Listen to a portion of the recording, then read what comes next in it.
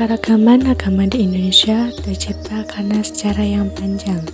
Jauh sebelum era kemerdekaan, Indonesia merupakan negara yang terkenal dengan sumber daya alam yang melimpah, khususnya rempah-rempah. Hal ini membuat pedagang-pedagang dari bangsa lain, mulai dari Cina, India, Gujarat, hingga Eropa, ingin datang ke Indonesia.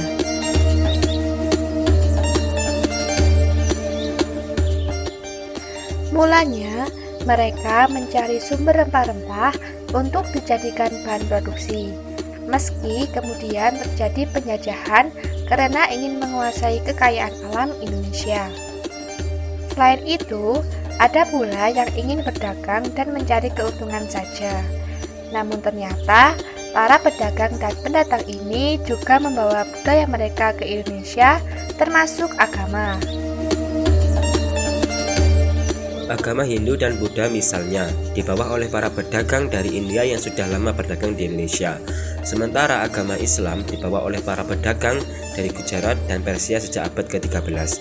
Sedangkan agama Kristen dan Katolik dibawa oleh para pedagang dari Eropa dan Konghucu dibawa oleh para pedagang dari Cina.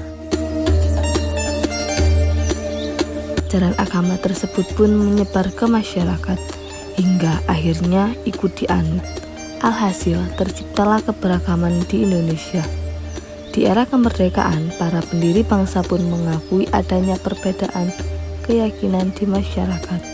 Bahkan, mereka ingin keberagaman ini menjadi identitas bangsa, sehingga dituangkan dalam Pancasila yang merupakan dasar dan ideologi Indonesia.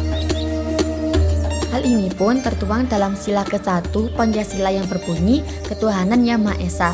Begitu pula dengan Undang-Undang Dasar Republik Indonesia 1945 ayat 1 yang berbunyi negara berdasar atas ketuhanan Yang Maha Esa. Bahkan, negara memberikan jaminan terhadap keanekaragaman agama di dalam negeri melalui Undang-Undang Dasar Republik Indonesia 1945 pasal 29 yang menyatakan negara menjamin kemerdekaan tiap-tiap penduduk untuk memeluk agamanya masing-masing dan untuk beribadah menurut agamanya dan kepercayaannya itu. Pada kesempatan kali ini, mata kuliah jati diri yang diampu oleh Babak Ramadan berkesempatan untuk mengunjungi salah satu tempat ibadah yang cukup terkemuka di Kota Malang, yakni Kelenteng Eng An Kiong. Kelenteng Eng An Kiong merupakan salah satu bangunan tertua di Kota Malang dan telah ditetapkan menjadi salah satu bangunan cagar budaya atau bangunan heritage. Jika melihat struktur bangunannya yang masih berdiri kokoh, tak disangka jika saat ini Kelenteng Eng An Kiong sudah berusia hampir 2 abad atau tepatnya 198 tahun. Nama Kelenteng Eng An Kiong sendiri memiliki makna yang mendalam, yaitu istana keselamatan dalam keabadian Tuhan dan merupakan persembahan kepada Dewa Bumi. Kelenteng Eng An Kiong ini merupakan kelenteng Tridharma yang digunakan sebagai tempat beribadah bagi 3 kepercayaan, yaitu Konghucu, Buddha, dan Taoisme. Ketika memasuki kelenteng Eng An Kiong, pengunjung akan melihat di setiap altar dengan berbagai persembahan yang tertata rapi. Selain itu juga yang identik dan banyak dijumpai di kelenteng adalah simbol naga yang merupakan simbol dari keperkasaan. Ciri khas lain dari kelenteng ini yaitu warna bangunan yang didominasi warna merah dan kuning. Merah memiliki makna kehidupan, kebahagiaan, dan keberanian, sedangkan warna kuning memiliki makna keagungan.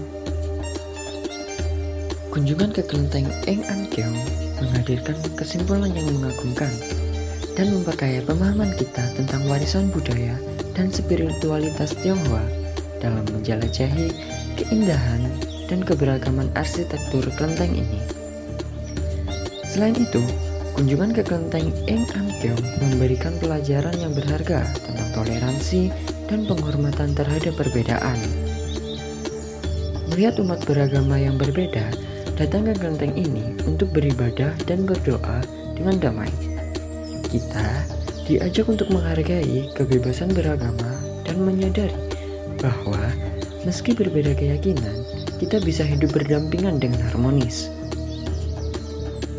Demikian dari kami, mahasiswa Universitas BGRI Kanjuruhan Malang, tentang apa yang kita dapat dari kegiatan kuliah Live in Kelenteng dari mata kuliah Jati Diri Kanjuruhan. Semoga dapat bermanfaat bagi kita semua. salam toleransi, salam multikultural.